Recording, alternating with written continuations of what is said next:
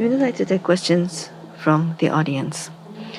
As this was the case in the previous session, if you're on site, please raise your hand. When you're designated, please wait for the microphone to be brought over to you.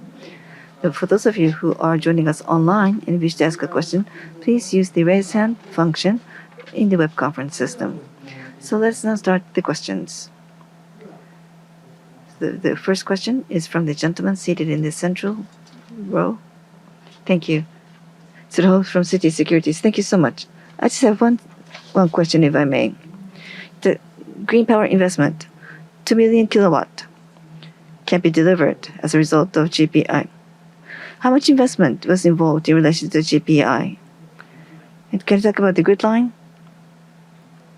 I suppose you'll be focused primarily on remote areas. So these are very challenging locations. So is that part of your investment profile? I would appreciate the investment involved.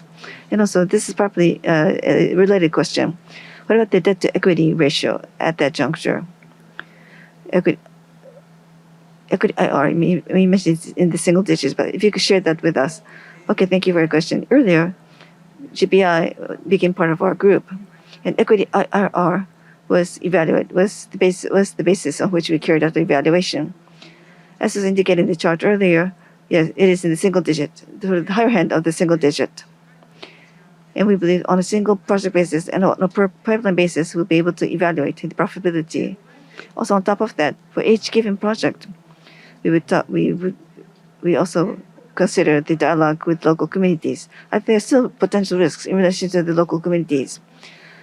So the risks would be discounted naturally. But we will consider all of these elements and make the evaluation at the end of the day, and then carry out our investment. And naturally, as far as the evaluation is concerned, we also use the advice of the outside experts, and we also carried out relevant due diligence as well.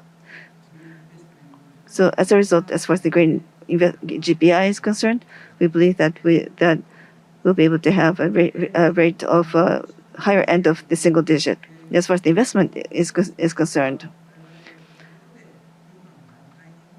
in each given phase, we carried out evaluation, and we carried out the investment. We cannot give you the concrete number naturally, but as there was no financial numbers in the presentation material, we closed as of August 3rd, and we're now working together with GPI to come up with their business plan.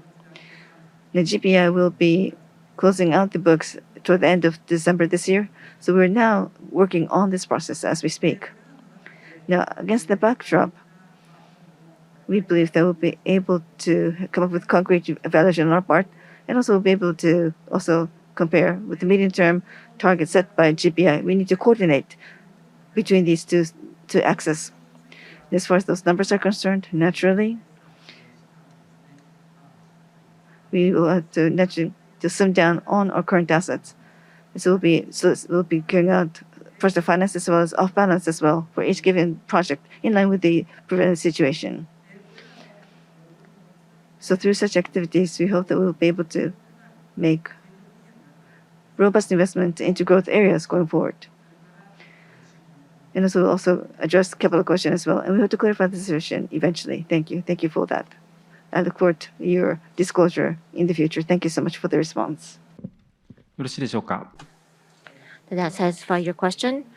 So the gentleman at the very front row, please go ahead. Masuno from Nomura Securities. Just one question. I myself too, regarding the acquisition of a GPI. Looking at the first quarter financial results announcement, the acquired price was 256 billion yen was what was disclosed. Regardless of this number, this 256 billion yen, how is that going to be collected back, or how are you going to seek return?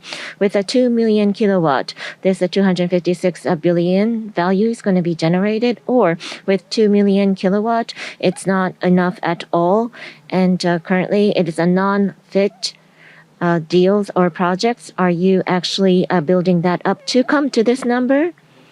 With based on what metrics or system did you come about with this number to acquire the shares of GPI this time? First of all, the projects under development, including the pipeline, it was only the FIT certified projects only.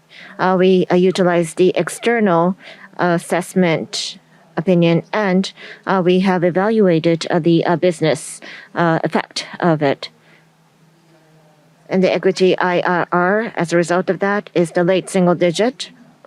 And we believe that that is going to generate enough profitability. Up till now, the project finance was conducted by GPI, and off balance that was conducted by GPI. That was the assumption for coming about with this equity IRR number. And regarding the projects under operation and the projects under development, of course, we have considered the risks of that.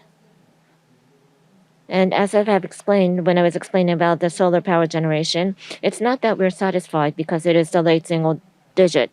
It takes 7 to 8 years in development, construction 2 years, and after that 20 years, and beyond that, creating constructing projects for the following 10 to 20 years.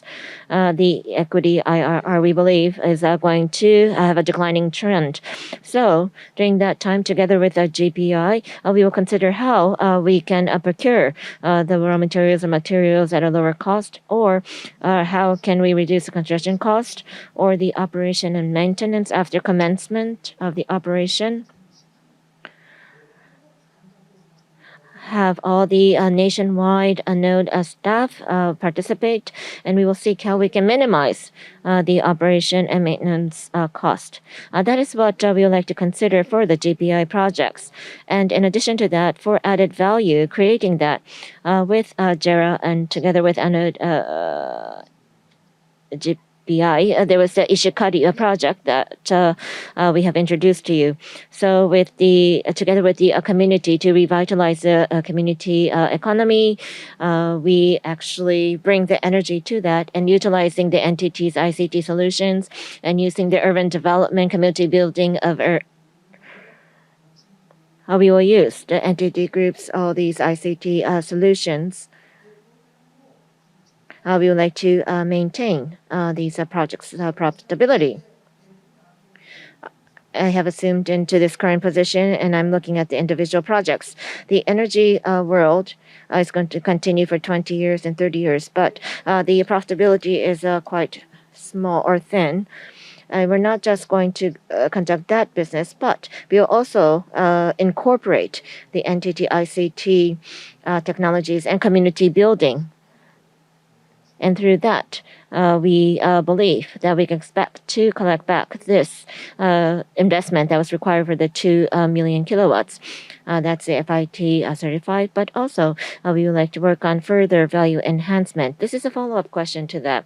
If FIT projects, the profitability, that's one way of looking at it. But if we look at the overall NTT picture,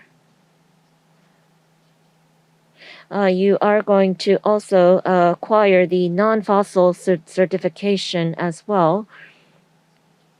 So can you compare the FIT and the non-fossil certification too? Regarding that point, the anode group energy that has been building up to, in the past, the 2.69 million kilowatt per hour. I said that that is a high profitability because in initial solar power generation, 1 kilowatt per hour, the FIT price was over 40 yen. So when we did the weighted average of those prices, at this point, the profitability from FIT certified energy, we are maintaining 30 to 40% of operating margin. And moving forward, including the GPI projects within the next 20 years, FIT business at the center, we will secure the profit. And within that, we are going to allocate money for the non-fossil fuel certification. And that is from 0.3 to 0.4 yen in the market. But towards 2030, the price of that non-fossil certification price is also going to increase, is what we are forecasting. But even considering these factors, we have made an estimation that we will be able to respond to that situation. Thank you very much. Any other questions? では、2列目の Yes, let's go to the gentleman in the second row, please. Thank you. Tokaido Ichino from Tokaido Chosa Company. I want to go back to page 5, please. I want to ask a very basic question, if I may. On page 5, please. Now, the greenhouse gas emission in 2020, based on this chart, has reached about 5 million tons, according to this chart. But by 2040, this will be down to 8.6 million. So 3.6 million tons of emission will be increasing by that time. So the incremental portion, that's what I want to ask about. Is that in relation to the data center business? What components will be contributing to the increase in emission? If to the extent possible, if you could respond to that question. And also, on the other hand, ION, by 2040, will be achieving the 45% target. So how can ION achieve this 45%? Can you tell us what calculation formula ION followed in coming up with this number, 45%? Well, I'm afraid I'm not responsible for the chart formulation. So what about the incremental portion? Well, last year, in November, we had the R&D forum in Musashino, and we had the ION data presentation, and Mr. Shimada, the president of the holding company, gave a presentation. So going forward, the physical demand for data center in the future, and also power consumption per rack in the data centers, they'll be doubling as well, which means that cloud service will spread further. As was covered in the previous session, AI and ChatGPT, these will also penetrate much more. So as a result, the demand for data center will be increasing in line with such situation. Now, on the other hand, as far as network installations and facilities are concerned, we need to pursue energy saving. We'll be working together with manufacturers. But as we transition from 5G to 6G, this will require new type of telecommunication network, and this will also involve new services. So again, you need to handle those evolutions. The amount of data you need to handle in line with technological evolution will also be increasing. On the other hand, we need to migrate the legacy services. You need to downsize and slim down on legacy type of services, and also bad. And I think air conditioning, which had bad efficiency, needs to be converted into better efficiency type of air conditioning. So these will also be important in order to reduce emission. As far as the NTT buildings are concerned, we have roughly 9,000 telecommunication buildings throughout Japan. The scale is anywhere from small to large buildings. So we can provide co-location and invite other telecom operators to share their facilities. So through such activities, we believe that we'll be able to address the incremental portion. Now, how can we reduce the consumption going forward? I think we need consistent efforts for energy saving. And inclusive of good demand response, it's important that we provide power that is needed, but also based on energy saving methodologies. And also we have the ION part. As far as ION is concerned, as was covered in the previous session, as far as proof of concept is concerned, NTT Innovative Device is very active now. This company was established. So we want to use and leverage the outcome of NTT Innovative Device. So ION is recommending 100 downsizing in terms of power consumption. We hope that we'll be able to achieve that as soon as possible so that the effects of ION could be felt and could be demonstrated. And naturally, as far as we're concerned, within we are involved in construction of facilities with the NTT buildings. And through ION, in the age of ION, we need to consider how facilities should be. We want to collaborate with the NTT holding company and work with NTT East to West and also with Docomo and Communications so that we'll be able to concretize our plans. Thank you. If I could follow up.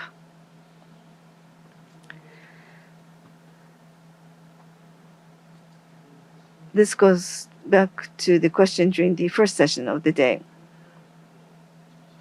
So I think you mentioned that the breakdown between AI and the hyperscalers is about 50 to 50%. Now the generative AI power consumption is very large, isn't it?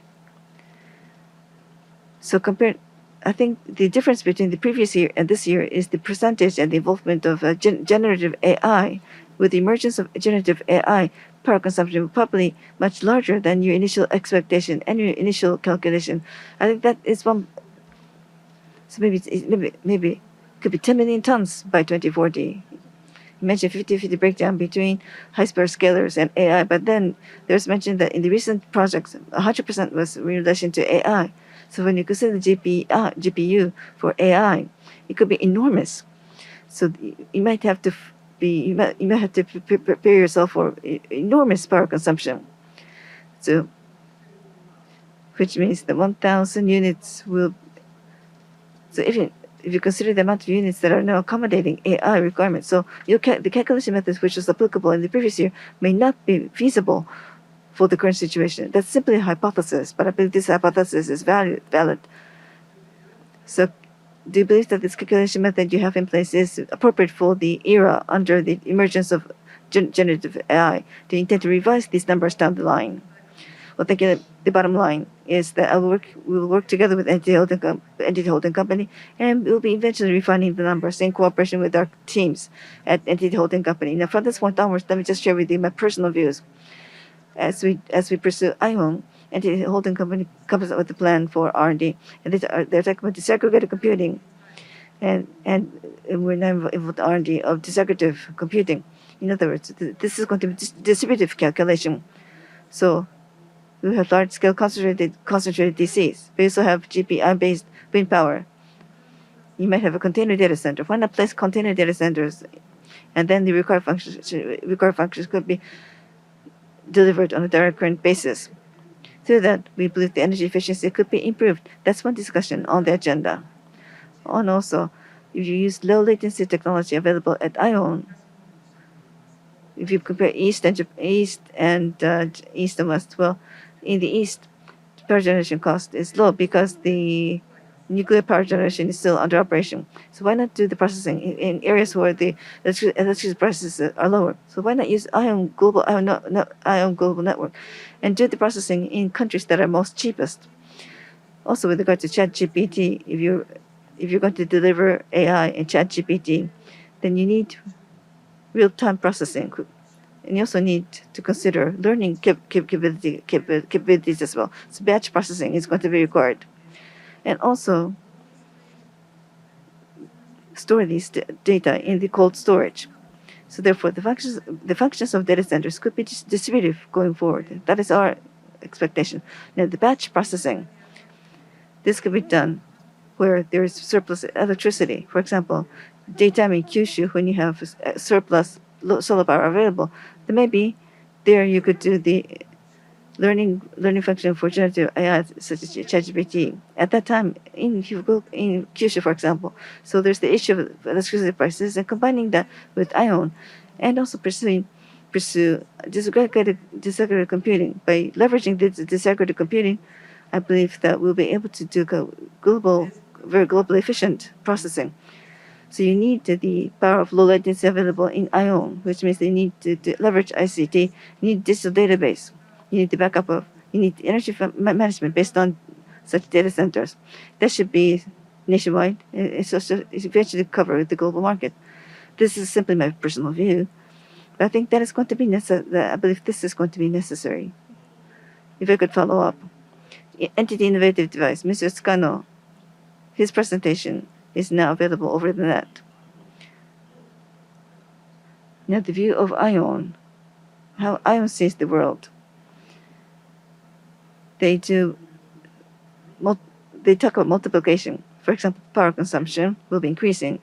Under the environment where power consumption is going to be increasing, the ION also needs to improve their capacity as well. Maybe I hope you'll share with us when that changes. Yes, I'll do that. Thank you very much. よろしいでしょうか。 Thank you very much. I hope that answered your question. So at the very front row, the gentleman who's SMBC Security. My name is Kikuchi. Thank you very much for your presentation. I learned a lot. 2028 March EBITDA is the target. And maybe you're not running the business based on that, However, it's a 2028 March EBITDA, targeted EBITDA. If there's a mission imposed on you from the holdings company or within your own company, having your own P&L target, or the return on investment target. If you have any type of a target, I would like you to share that with us. I would like to refrain from disclosing the details. However, as Anode Energy Group, this fiscal year, how much is going to be the result of the first half? As I have mentioned before, overall, 400 several billion yen revenue is what we have been expecting at the start, but 70 to 80% of that customers mainly focusing on NET. It's quite volatile. And how are we going to look at that? And we are revising the numbers for the second half. And by having GPI as one of our group members, we based that for our evaluation as well. And also, we aligned ourselves of how GPI is looking at our business, and GPI's closing month is December. So our second half revision and GPI's next fiscal year's business plan establishment, that as I said, we need to look at both and have an alignment. And that's the pressure that we are receiving from the holding company. So we would like to work on that as soon as possible. By the way, this fiscal year, 400 billion yen plus, excluding GPI, EBITDA, but we believe it will reach about 20 billion plus. We are at that level. And moving forward, the feed-in tariff, the investment project goes for 20 years of a long period. So, with not just for the end of fiscal year 2027, but also from 2030 or 2035, the FIT system priced energy will hit the ceiling. So we would like to realize the initiatives that we are planning now towards that time. So EBITDA right now is what? About approximately 20 billion, excluding GPI. So GPI, we shouldn't expect that much of a contribution to P&L. Well, as mentioned before, from this year at the Sumitato in Iwate Prefecture, that prefecture is going to move forward. Excluding that, last year's result was about 8 billion. However, moving forward, the FIT projects, 2027, 2028, around that timing, the several projects in the pipeline. The start of the operation is about the peak is 27, 28. So that as a base. So 20 years from that time. So it's a late 2040s. Including that time period, we'd like to keep a close eye on the P&L and also project finance and off-balancing initiatives is what we also shared with you. And regarding those type of projects, for each pipeline project, we would like to thoroughly review the equity IRR and how we can realize these pipelines will be the project finance and off-balance. We would like to fully utilize those methods as well. Thank you very much. I will like to study one more time and come back to you with questions. The thing is, the equity IRR, that is the profitability rate, annual profitability rate. Towards the 250 billion investment, the profitability rate is that, right? That's equity IRR, right?